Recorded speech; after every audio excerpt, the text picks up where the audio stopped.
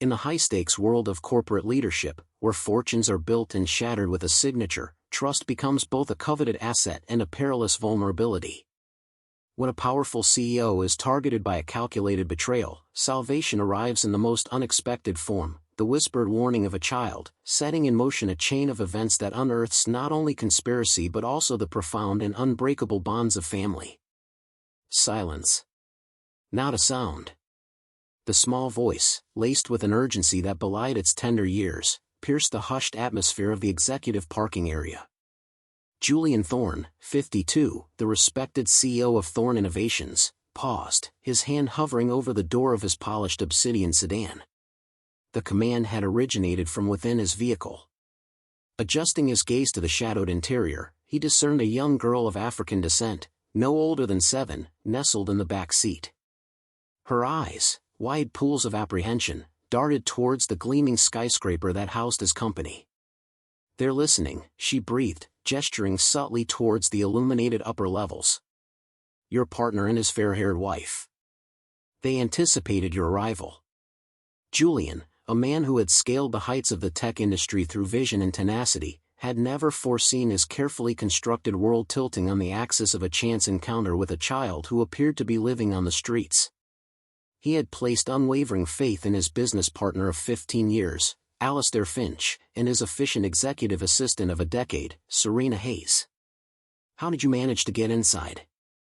Julian inquired softly, easing into the driver's seat with deliberate calm. "The cleaning crew left it unsecured when they finished," the girl explained. "I overheard them discussing you upstairs and sought refuge here." Her youthful eyes, intelligent and perceptive despite her disheveled appearance, held his gaze. "They intend for you to relinquish ownership tomorrow," she stated with a gravity beyond her years. A chill snaked down Julian's spine. The following day held the pivotal meeting with prospective European investors for a substantial merger, a transaction meticulously orchestrated by Alistair and Serena.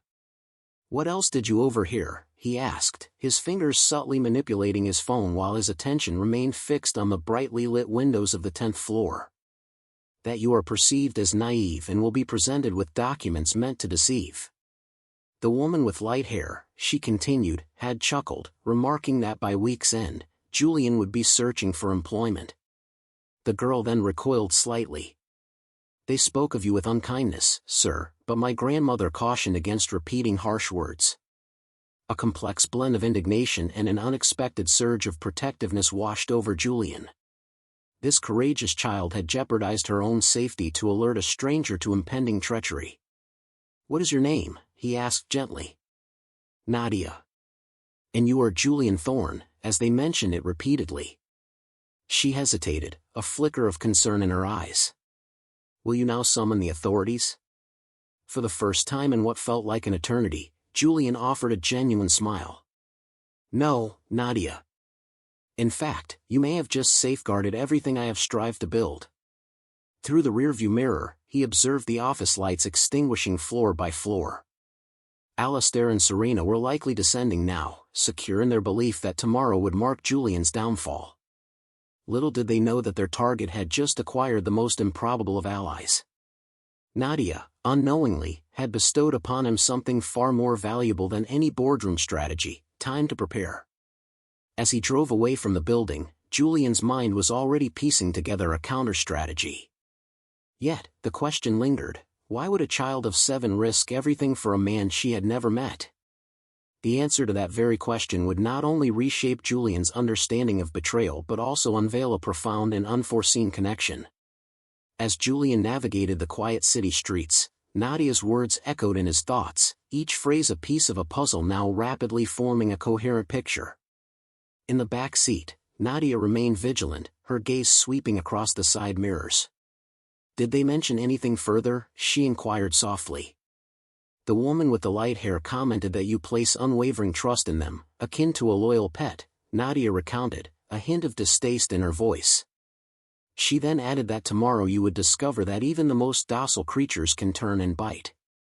The casual cruelty of that remark struck Julian with visceral force. 15 years of partnership, 10 years of implicit trust in Serena, and they regarded him as a mere pawn in their avaricious game. Where do you reside, Nadia? Julian asked, his voice gentle. Nowhere in particular, she replied with a shrug that tugged at his heart. Sometimes at the shelter, sometimes on the streets. It depends on availability and whether the other children are causing undue trouble. Julian stopped at a red light, turning to face her directly. Why did you warn me, Nadia? You do not even know me. Nadia's young eyes held a depth of understanding that belied her age. Because I recognize what it is like to be unseen. They spoke of you as if you were unintelligent, as if you were inconsequential. Her voice gained a resolute quality. My grandmother always said, when you witness someone being unjustly treated and possess the means to help, you must act, for tomorrow it could be you. The light turned green, yet Julian remained still for a moment longer, absorbing the profound lesson in empathy imparted by this small child. 20 minutes later, they sat in a quiet diner. Nadia hungrily devoured a cheeseburger while Julian nursed a cooling cup of coffee. His phone vibrated. A message from Alistair, all set for tomorrow, partner. The Europeans are enthusiastic about our proposal. You're on the cusp of a comfortable retirement. Julian showed the message to Nadia, who offered a wry smile. He possesses a certain audacity, doesn't he? Deceiving you while maintaining a facade of camaraderie. Nadia paused thoughtfully. My grandmother often spoke of individuals with such duplicitous natures. Julian composed a cordial response, masking the growing fury within. Serena, too, was complicit. She had intimate knowledge of his schedule and unfettered access to all aspects of the company. And they intend to deceive you tomorrow, Nadia affirmed. Julian offered a genuine smile for the first time that evening. No, Nadia, but they must remain unaware that we are now privy to their scheme. Another message arrived, this time from Serena. Julian, the final agreements have been reviewed. Everything is in order for the signing. Continue to place your trust in me, as you always have. The coldness veiled beneath the veneer of warmth sent a shiver down Julian's spine. For a decade, Serena had been his confidant, the orchestrator of his professional life, privy to his schedules, passwords, and vulnerabilities. Do they possess knowledge that could harm you? Nadia inquired, licking ketchup from her fingers. They have access to everything. Bank credentials, company accounts, the location of critical documents. The gravity of the betrayal began to weigh heavily on Julian. They have had years to lay this groundwork. Nadia's sharp mind considered this. But you, too, have accumulated information about them over the years, haven't you? Julian paused, a glass halfway to his lips. Nadia was astute. 15 years of partnership, 10 years of executive assistance, he possessed his own arsenal of knowledge. Alistair's clandestine meetings with competitors, which he believed went unnoticed. Serena's self-serving manipulation of the bonus structure. The inadvertently seen emails. The overheard conversations during moments they assumed his attention was elsewhere. You possess remarkable insight, Nadia, Julian remarked.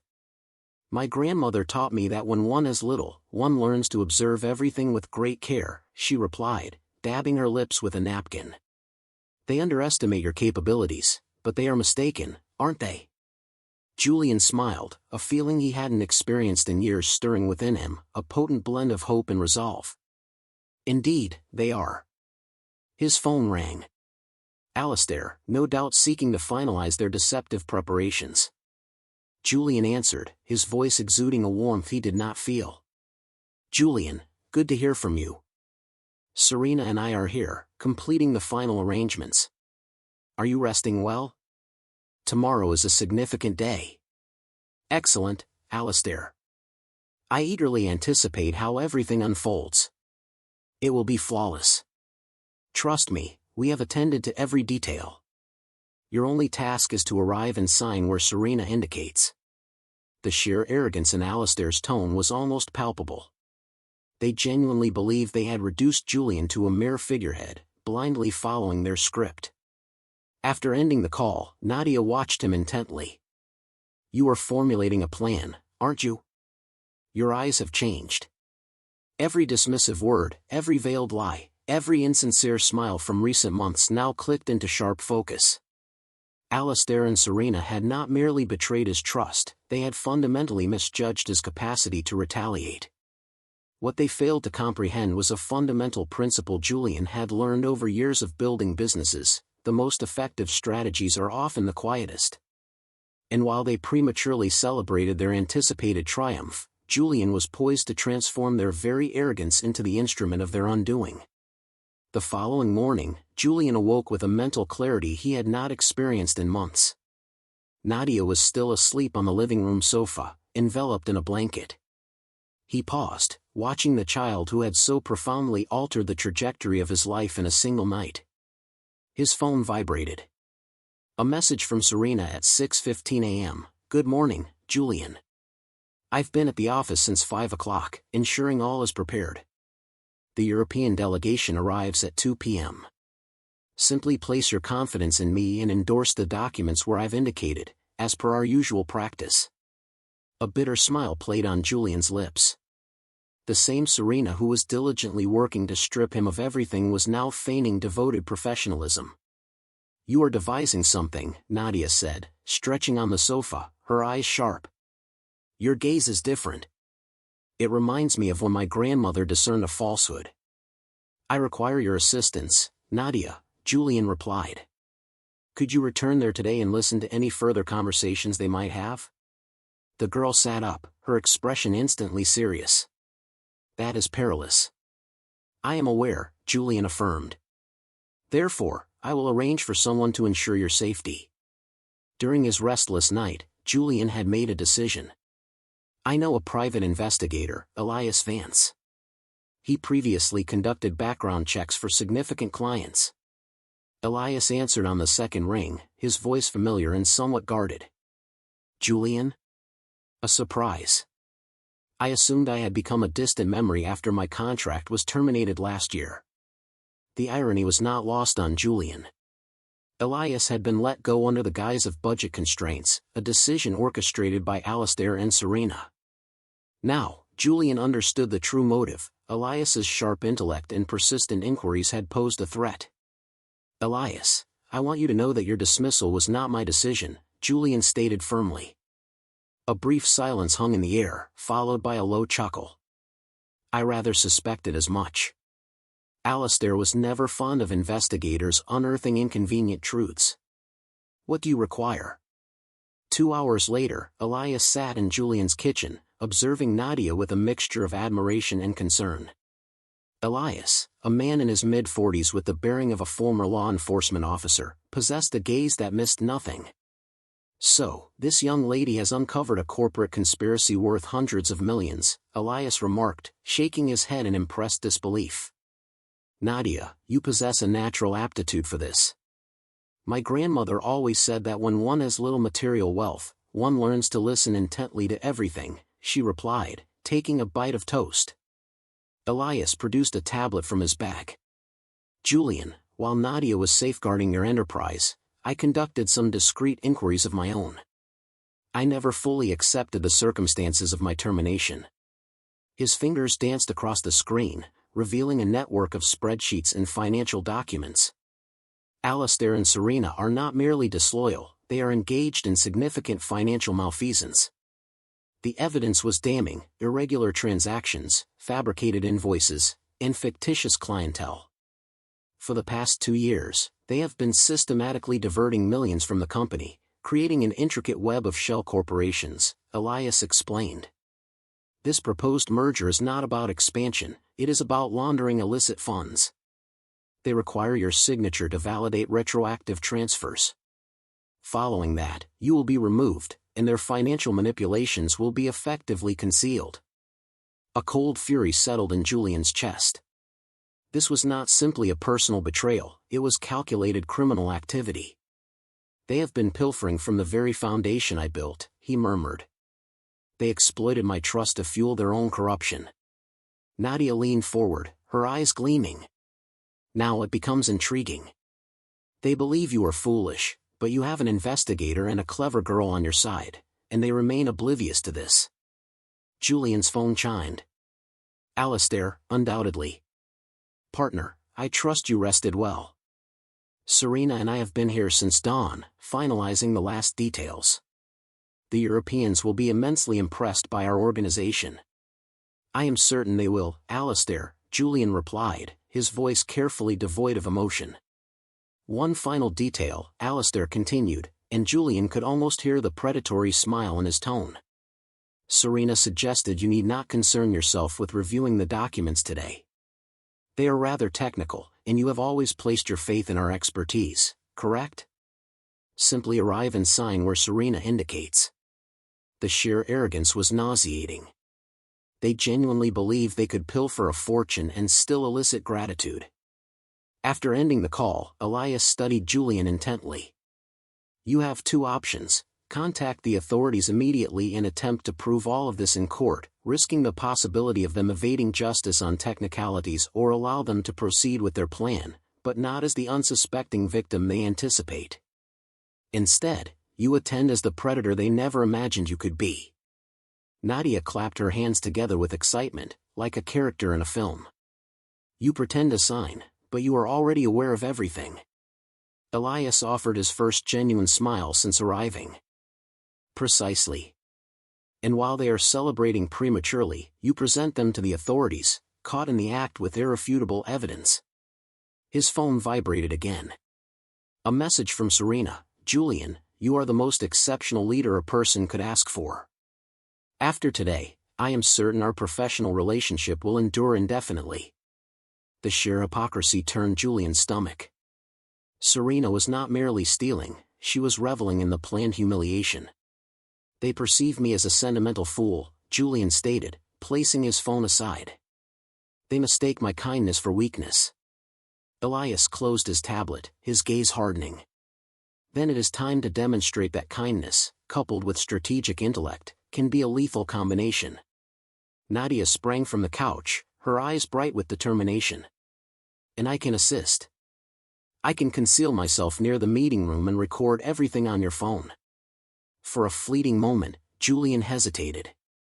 She was a child. But then he recalled her bravery in warning him. Very well, he agreed finally. But Elias will be monitoring you at all times. Elias nodded. It will be my distinct pleasure to witness their realization that they have severely underestimated their adversaries. As they finalized their strategy, Julian felt a sensation he had not experienced in years, the thrill of the hunt. Alistair and Serena had dedicated 2 years to constructing their elaborate trap. What they failed to foresee was that within hours, that very trap would ensnare them with a force that would shatter not only their scheme but their entire existence. For 15 years, Julian had been the trusting partner, the understanding superior, a man who consistently sought the best in others. Today, they would confront a far more formidable aspect of kindness, the quiet resolve that awakens when patience reaches its limit. The meeting was scheduled for 2 p.m., but by 2:05 p.m., Alistair and Serena would discover that the silent lamb they intended to lead to slaughter possessed unexpectedly sharp teeth. And today, Julian intended to use them all. At precisely 2 p.m., Julian entered the Thorn Innovations conference room, his demeanor betraying no hint of the impending storm. Alistair and Serena were already present, meticulously arranging stacks of documents with the focused precision of surgeons preparing for a critical operation. Julian! Alistair exclaimed, rising with a wide, seemingly genuine smile, embracing him warmly. Glad you could make it. The European delegation is en route, and everything is in perfect order.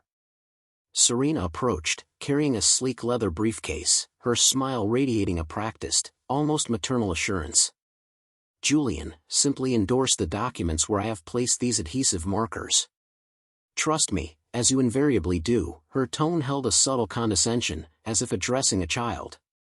Of course, Julian replied calmly.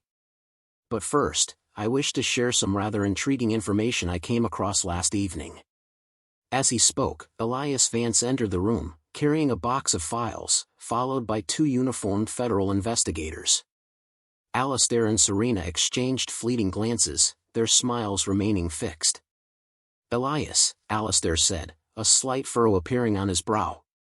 I was under the impression your services were no longer required. They are, Elias responded dryly. However, my current employer is the rightful owner of this company. Julian connected his laptop to the room's projector. Alistair, Serena, do you recall this exchange? The screen illuminated with detailed spreadsheets outlining a series of unauthorized financial transfers, dates, and substantial sums, $5,300,000 embezzled over a 2-year period. Serena's smile faltered for the first time. Julian, what is the meaning of this? Some ill-conceived jest? A jest? Julian clicked to the next slide. Photographs appeared, Alistair entering and exiting anonymous offshore banks, signed documents bearing unfamiliar corporate seals, a complex network of shell company affiliations. You established 17 such entities to launder the funds you systematically stole from me. Alistair rose abruptly, his carefully constructed facade of geniality finally cracking. Where did you procure this? This information is confidential. Confidential? Julian chuckled softly. Alistair, did you genuinely believe I built a company of this scale without acquiring the means to safeguard my own interests? Serena, though attempting to maintain her composure, clutched the briefcase with visibly trembling hands. Julian, you misunderstand. These transactions have perfectly legitimate explanations. Elias interjected, handing a sealed envelope to each of the investigators. Enclosed are recordings of numerous conversations between these two individuals, meticulously detailing their plans for this fraudulent merger. He then placed a second envelope on the table. And these are the signed testimonies of 3 fictitious clients they fabricated, all prepared to testify under oath. Alistair's face flushed crimson with a mixture of rage and dawning panic. You cannot prove anything. These are merely baseless accusations. Julian offered his first genuine smile since entering the room. Alistair, do you recall Nadia? Who in God's name is Nadia? Just then, the door opened, and Nadia entered, accompanied by a social worker. Her young eyes, however, held a resolute gleam as she walked directly to the conference table. Hello, Mr. Alistair, she said, her voice surprisingly steady. Do you remember me? I was concealed beneath your desk last night when you telephoned Mr. Yamamoto, discussing your intention to unlawfully seize Mr. Julian's company. The silence in the room was absolute. Alistair's mouth opened and closed several times, his composure utterly shattered. Serena attempted one final gambit, her voice rising with desperation. A child? You intend to give credence to a street urchin over respected professionals? Elias retrieved his phone and played a recording. Serena's voice echoed through the room, chillingly clear. Julian is a sentimental fool. By week's end, he will be unemployed, and we will possess everything. Alistair's voice followed, 15 years feigning friendship with that imbecile. It will have been worth every agonizing second when I witnessed the devastation on his face upon realizing his loss. Serena sank into her chair, her face ashen. Alistair slammed his fist on the table, the force scattering documents. You treacherous bastard. You orchestrated this. Julian remained composed, his voice low but cutting. I did not orchestrate this, Alistair. You and Serena have been diligently digging your own grave for 2 years. I merely provided the shovels. One of the investigators stepped forward. Alistair Finch and Serena Hayes, you are under arrest for embezzlement, money laundering, and conspiracy to commit corporate fraud. As the handcuffs clicked around Alistair's wrists, he snarled, This is far from over, Julian. I will destroy you. Julian rose, adjusting his tie with his characteristic calm. Alistair, you have already attempted to destroy me. The crucial difference is, I possess a greater aptitude for it. Serena wept silently as she was escorted from the room, but Julian felt no remorse, recalling the countless times she had offered insincere smiles while plotting his ruin. Nadia approached him, gently tugging on his hand. Mr. Julian, are they truly going to prison? Yes, Nadia. For a considerable time.